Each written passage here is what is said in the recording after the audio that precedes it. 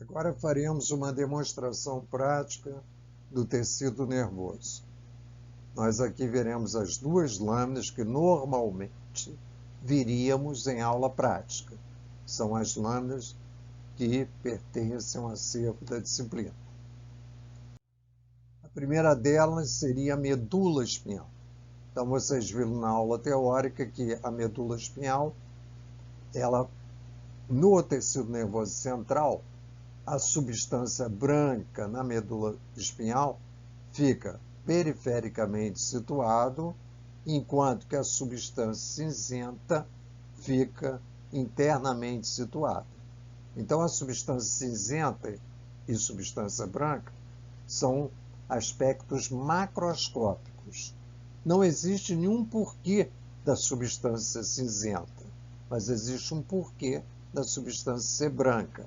A substância é branca pela presença da bainha de mielina. Então, observe esses pontinhos aqui, mais corados, esses pontinhos seriam a fibra nervosa. E a substância cinzenta, nós teríamos a presença na porção anterior, ou seja, a substância cinzenta tem um formato de asa de borboleta, e nós temos no chamado corno anterior,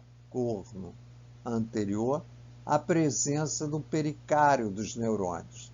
Então, o pericário seria o corpo celular do neurônio. Aqui a gente vê o núcleo em menor aumento, esses pontinhos mais basofílicos, mais azuis, que marcam a presença do pericário, do corpo celular do neurônio. Então, na medula, o corpo celular do neurônio se situa na área motora, quer dizer, o corno anterior é a área motora. Vocês se lembram da aula teórica que o neurônio sensitivo está próximo à medula, né? O pericário dele se situa no gânglio próximo à medula, no gânglio, nos gânglios chamados cérebros espinhais, né? Então, o corno anterior da medula é marcado pela presença do pericário do neurônio motor. Então, olha o aspecto em asa de borboleta. Essa porção aqui, central, seria o canal ependimário, por onde passa também o líquido céfalo-raquidiano, e a porção periférica toda marcada pela presença da substância branca, né? No maior aumento, vocês observam o corno anterior, a presença do pericário, olha o corpo celular do neurônio, situado no corno anterior, e aqui você já vê a presença da substância branca. Então, esses locais não corados aqui correspondem à bainha de mielina. Então, eu teria aqui a substância branca e aqui a substância cinzenta, marcada pelo pericário, pelo corpo celular do neurônio motor.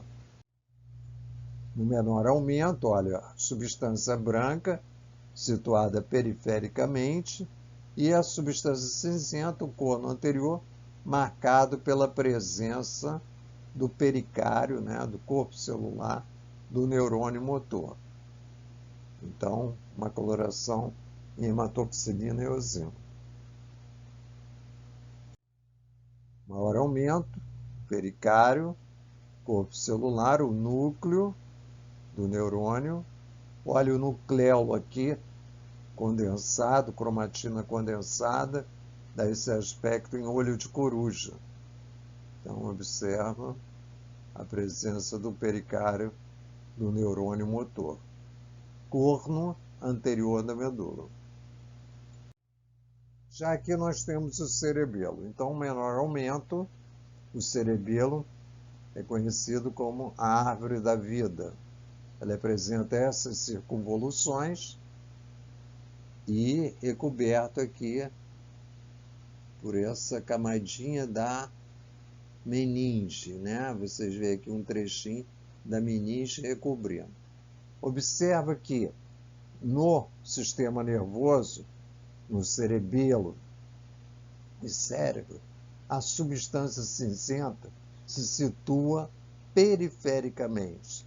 Então, onde houver a presença de neurônio, eu sei que eu tenho a substância cinzenta. E a substância branca situada mais internamente. Então, a substância cinzenta aqui, ela é composta em 3 camadas, dado pelo número e formato do corpo celular do neurônio. A mais externa, em que eu encontro um pericário, ou outro com núcleo, ou outro aqui evidenciando, tem poucas células aqui, forma uma camada que eu chamo de camada molecular. E mais internamente, em que existem muitos neurônios de diferentes formas e tamanhos, então há muito mais núcleo nos pericários, essa camada aqui é chamada de camada granulosa.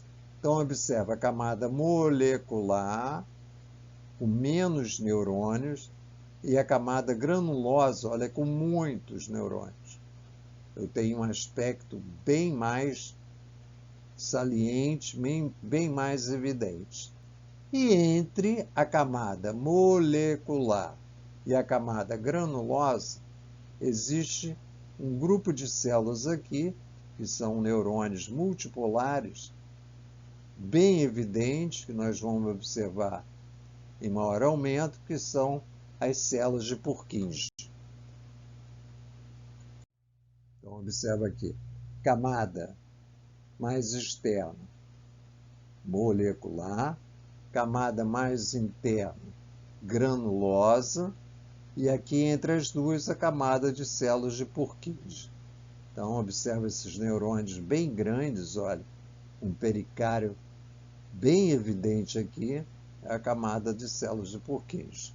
Então, a substância cinzenta ou córtex cerebelar é constituído por 3 camadas.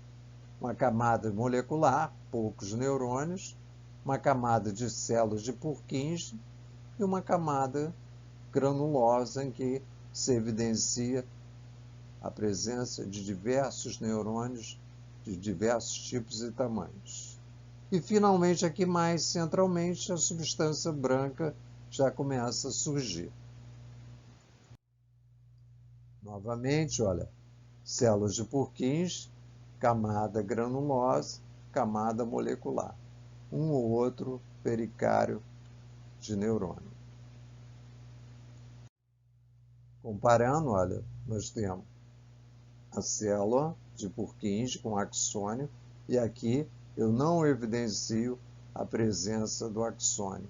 Então, não surpreendi neste corte o axônio, mas dá para evidenciar camada molecular, olha, um núcleo ou outro de um pericário, a camada granulosa aqui embaixo. Aqui é o contrário, camada granulosa aqui em cima, camada de células de Purkinje e a camada molecular, ok?